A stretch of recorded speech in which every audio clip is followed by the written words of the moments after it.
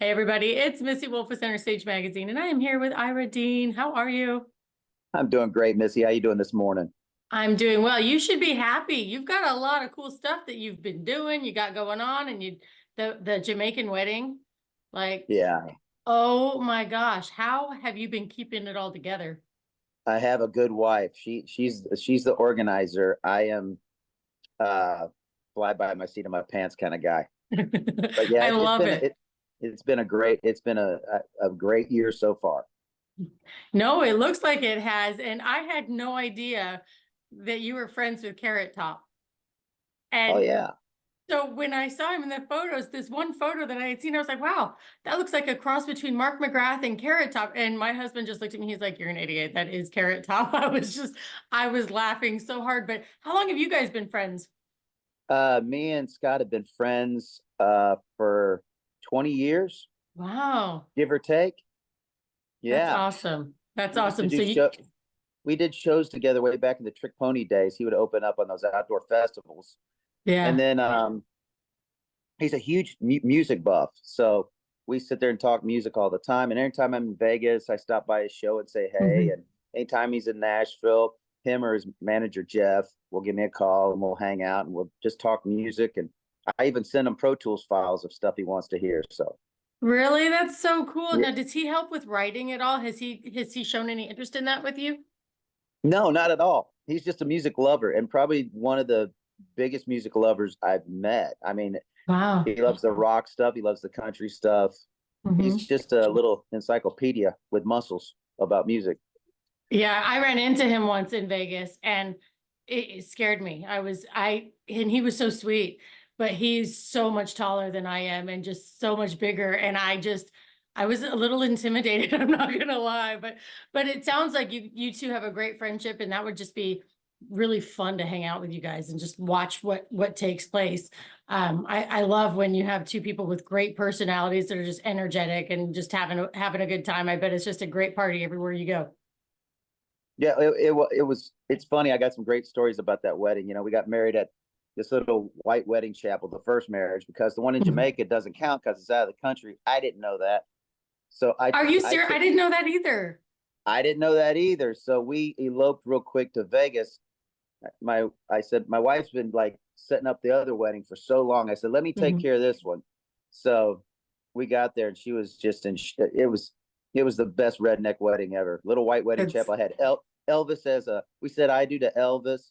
I yeah. called Carrot Top. I said, will you be the best man, ring bearer, witness? So when we walked in there, the lady goes, okay, do you have a witness? I said, he's caught in traffic, but he's going to be on his way. He'll have to sign here. Do you have his name? And my wife goes, Carrot Top? Yeah, right.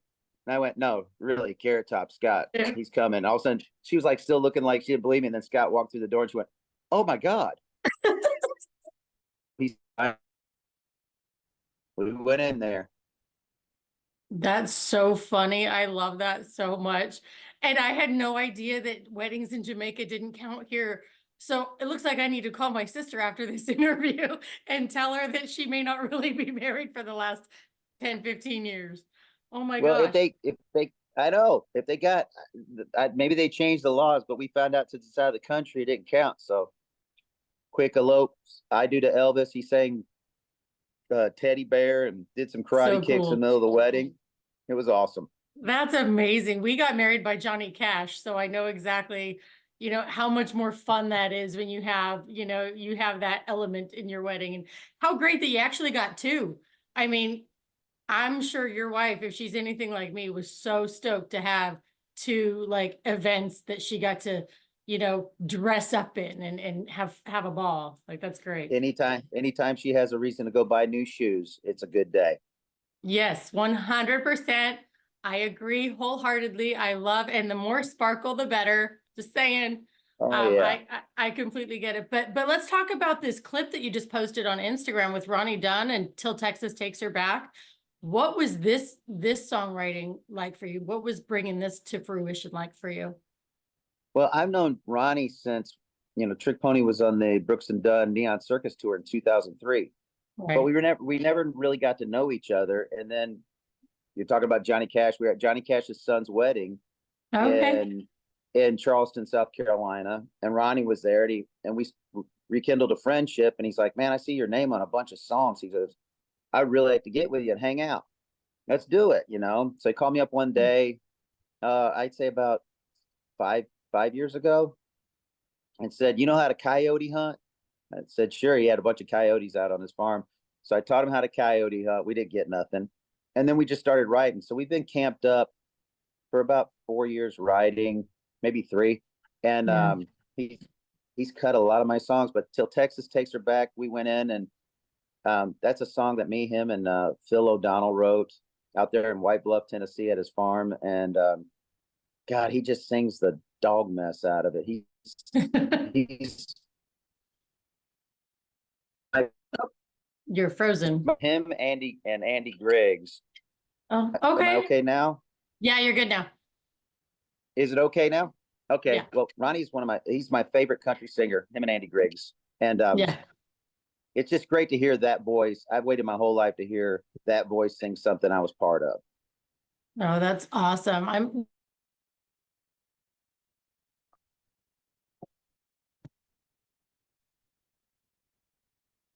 Sounds amazing. It sounds great. And Andy Griggs, he's a good friend of ours too. I just love that guy so much.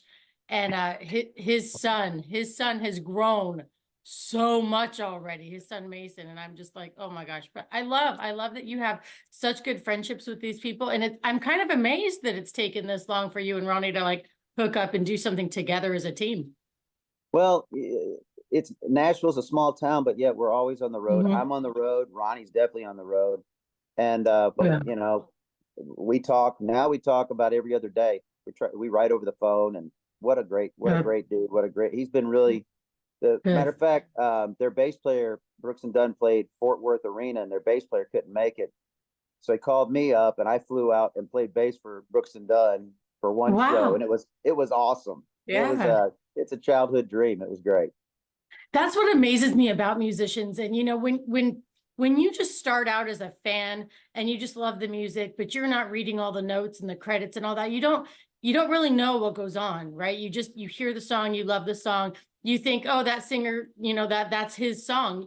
You don't realize how many people it takes to write songs at times, but then musicians can just come together and play for one another. And I've seen it so much.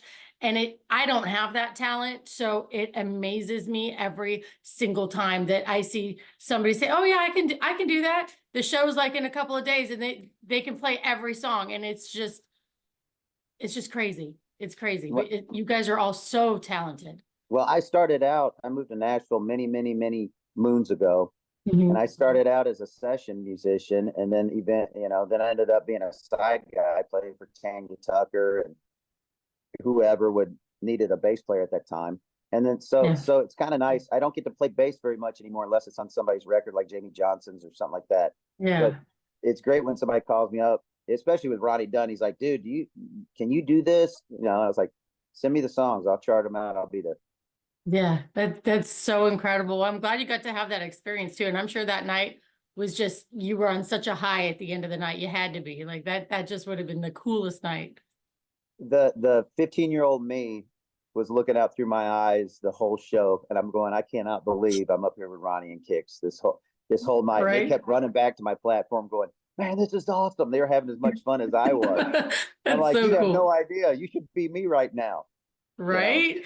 And see, and that's what I like hearing too, because we're fans of everybody. Like we have so many amazing people that we are fans of. And then when the fans get to talk to you and they're like, oh my gosh, you're giddy like I am meeting you, like you are with meeting that person. It's so much fun. Like I I just love that. Well, I'm a country music lover. Long before me and my dad had anything in common, I was 4 years old riding around shotgun in his Cadillac, listening to Merle Haggard on eight Yeah. tracks, and Yeah. singing. And I've grown up, and thank God I haven't lost the love for this, and I'm still a fan. Yeah. And some of these new guys coming up, I'm still a fan. I listen to them and it's like this is amazing. We're all just Yeah. links in a chain. We're all doing the same Yep. thing, and it's beautiful. It is amazing. Now, who would you say out of the newer artists that are coming up is one of your favorites to watch and listen to? Hardy. is really knocking me out. Hardy's Yes. knocking me out. Morgan Wallen's knocking me out. Ernest Yep. is knocking me out. The writing on those Mhm. guys made me it brought back faith in country music there for a little bit, and Yep. I ain't gonna pick out songs. They just weren't my cup Right. of tea. And I was just Yeah. like, there's got to be meat on the bone again. What happened to those old songs that just Yeah. said something? And then Yep. Morgan Wallen hit and Hardy hit. I've known Stapleton forever, so I knew he's a monster. But it's coming around where like Yeah. great songs are landing again. Eric Church. I mean, I love Eric Church. I'm waiting for Right. him to put out a song I don't like. So I love it. I love it. I'm glad. I'm glad. I'm just tickled to death. I'm happy to have a single out and just happy as can Yes. be. I love it too. And I will say that the first three that you named, the Hardy, Ernest, and Morgan Wallen, oh my gosh, man. Though my husband is all about Hardy.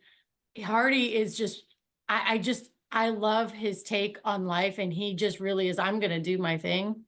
You like it, great. If you don't, kick rocks. Like I just love his whole attitude about everything. Well, that's a true artist. Mhm. An artist. Yeah. It isn't art if somebody's telling you how to make it. And Exactly. telling you what to write. And Mhm. Hardy writes from the heart. Yep. Morgan Wallen writes from the heart. Ernest, you listen to those songs. Church. It's great hearing great songs again. Not It, that the it other ones weren't great. It just seemed like they were lacking heart and emotion. Well, it felt like they were all coming from the same box, Yeah, a little you bit. know?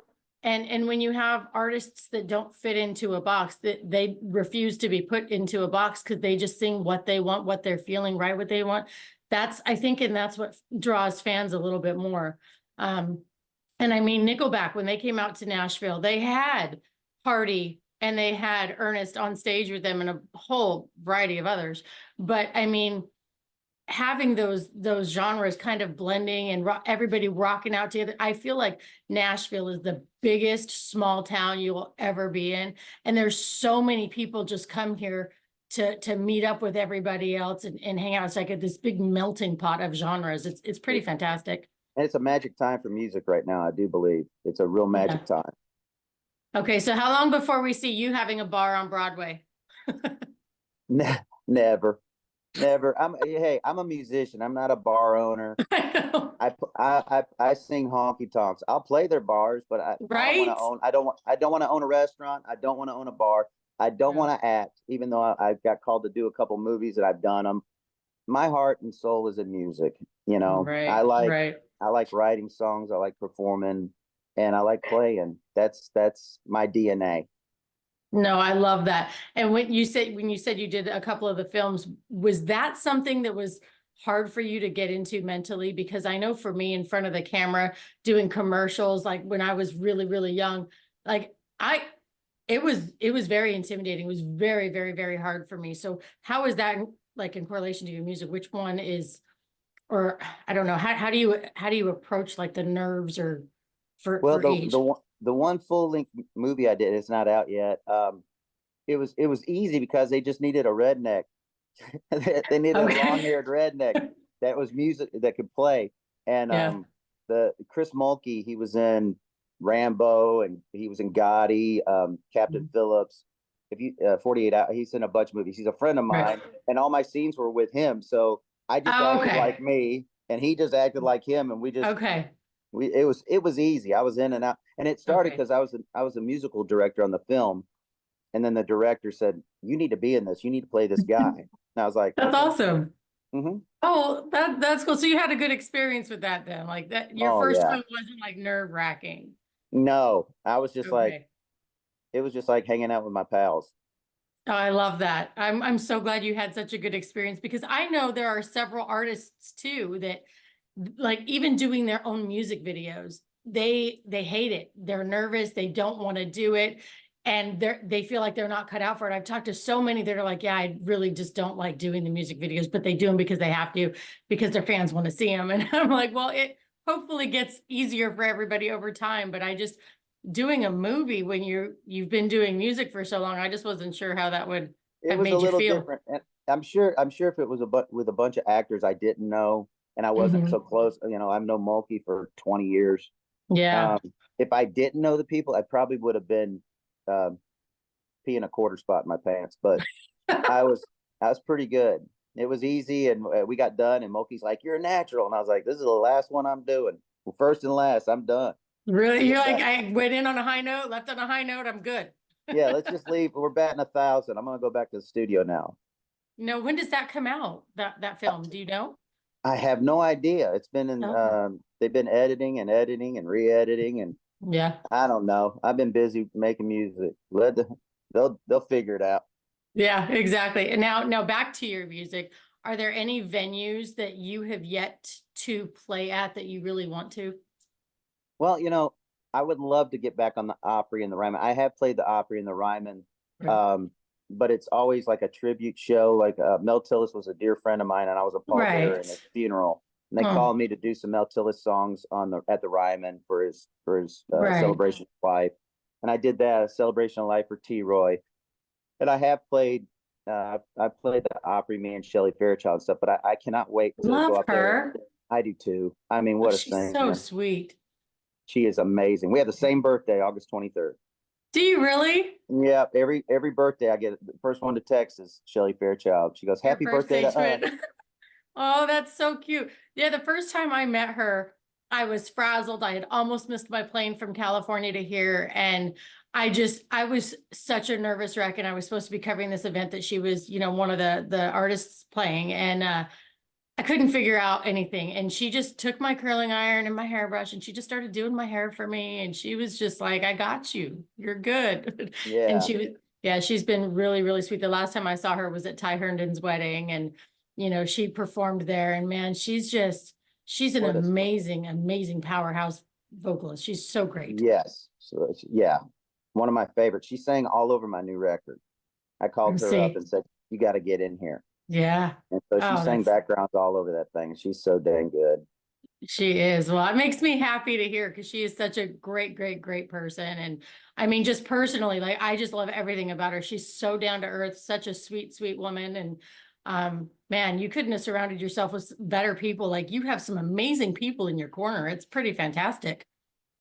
I'm blessed. I hung out with some great people. I came to Nashville and met a lot of great people that have stuck with me through all this, the ups, the downs, the sideways, all that stuff. And I know I'll never forget it. God is good.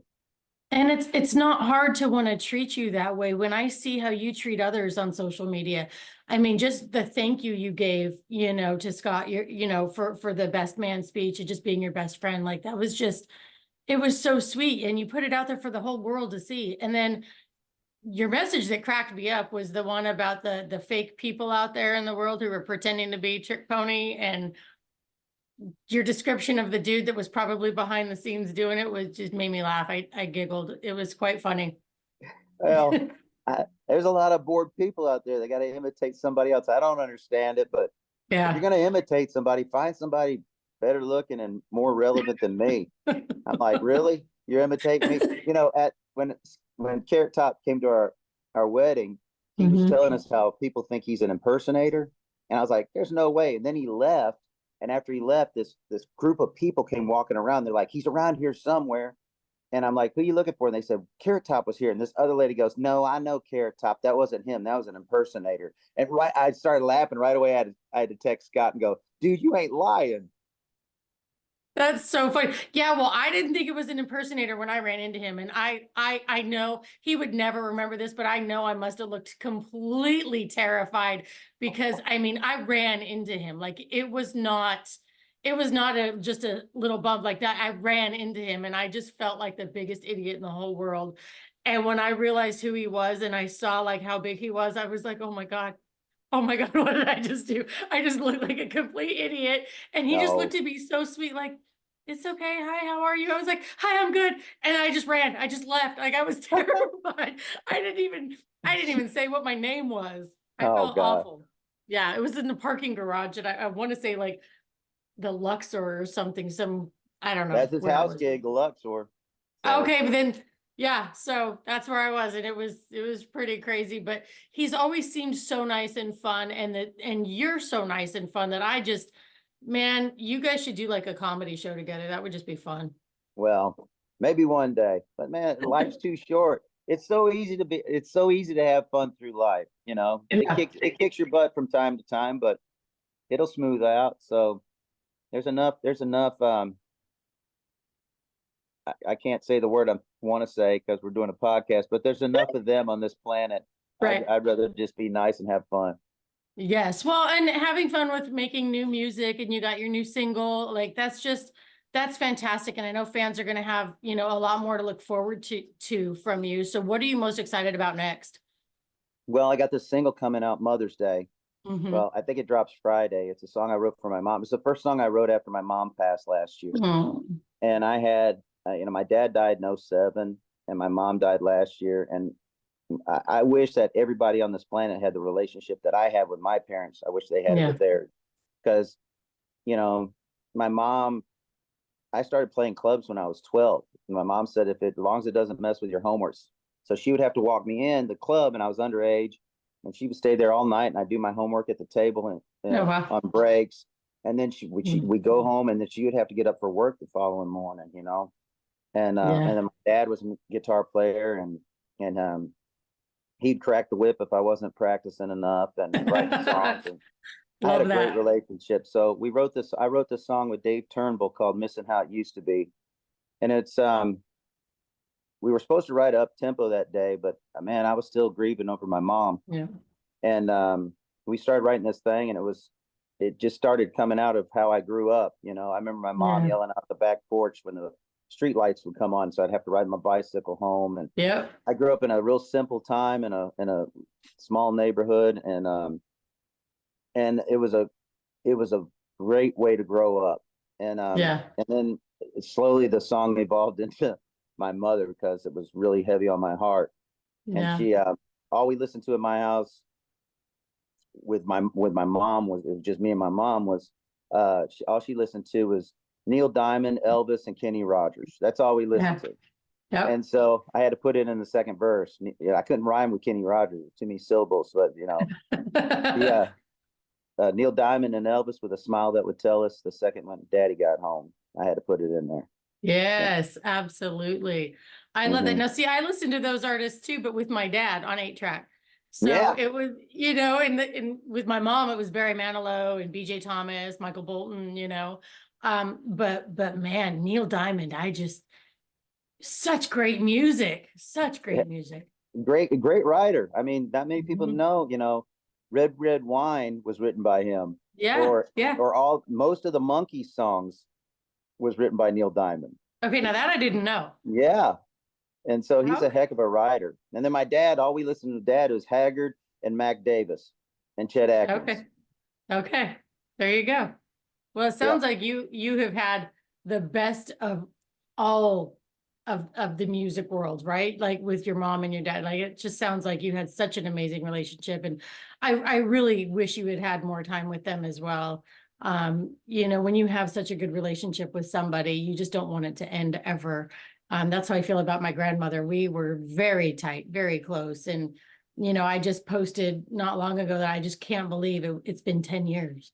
It's been crazy not having that person with me every day. But when you think about them, when you're doing what you're doing and you have those little inspirations that pop through, like it's a good feeling. Yes, it is. It was a good feeling. I cut this album. It took 2 years to make this record. I cut down in Muscle Shoals and Nashville, but I called all my Mhm. friends that have stuck with me through all these times.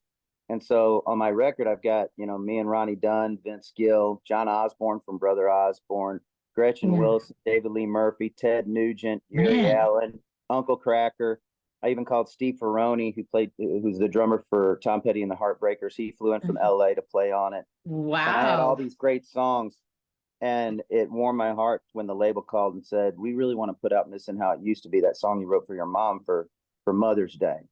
Yeah. And I kind of teared up a little bit. And they said, "Do you Mhm. mind? We lead off with that." And I said, "Nothing can make me happier. It's Yeah. the day before a birthday."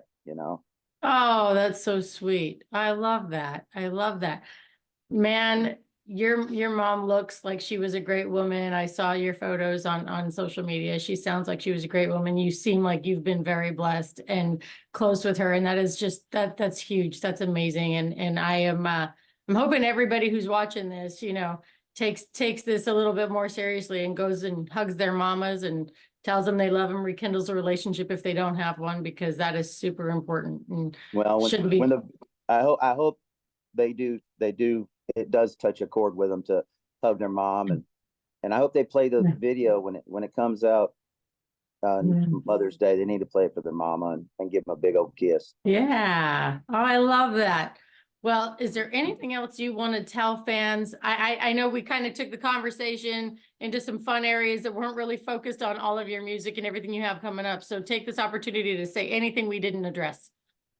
After many years of being in Nashville and making records for everybody else, and through the Trick Pony years, my solo years, all this stuff, and I'm not just saying it. This is the first album that I am 100% proud of. There's not a track on here I'm not proud of. It's sonically the way I wanted it to be. Yeah. The message it's little glimpses of my life. Every song on here I wrote that I lived them, even back in my crazy drinking years, you know, in my earlier years. I don't party anymore, but I can still write about those moments back then.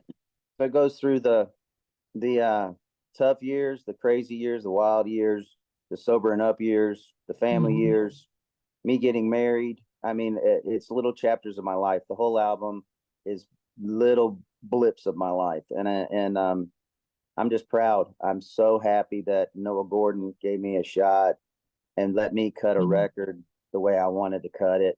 And I hope everybody out there, it hits them like it hit me, at least half as hard, because I love this. I love this album. I love it. I can tell, and it's so sweet. And I really hope that everybody who's watching goes out and doesn't just, you know, stream it, but they actually download it, pre-save it, because that is the best way to help any artist anyway, is to get those numbers and those algorithms by pre-saving and adding them to playlists. You guys have to add it to your playlists. But thank you so much for taking the time. Sorry, my little puppy just came over here like, okay, it's my turn to get your attention. That's why I came out here on the porch. It's freezing up. I'm at the house in Florida, and the two dogs are inside. I'm looking at them through the sliding glass door, and they just keep pacing back and forth like, hurry up. They're pacing back and forth. Where's Dad? They're like, I want to bark at them. So I came out here. So that's why it's been freezing up out here. It's this house is like made of lead or something. If I step outside, everything goes bad. But I thought it'd be better to be out here than these dogs jumping up on me. Right. I mean, you know what? They're your fur babies. It's fine. We don't discriminate against the puppies and the four-legged critters. The other day I had a wallaby in my lap while I was filming. So, you know, it's all There's good. There's a quote you won't ever hear. I didn't think I'd ever hear that on this interview, that I had a wallaby in my lap while recording. I was like, okay. See, I'm glad I could be a first in some aspects. You're welcome. Thank you. Thank you so much. Well, we're going to tell all the fans goodbye right now, but stick around for me so that we can say a proper goodbye. But to all the fans out there, thank you so much for watching. I love you guys. Please download, stream, pre-save, add it to playlists, everything you got to do with his new music. I cannot wait for the whole album and Mother's Day you release. It's going to be fantastic. Till next time, everybody. We'll see you soon. Take care, Missy.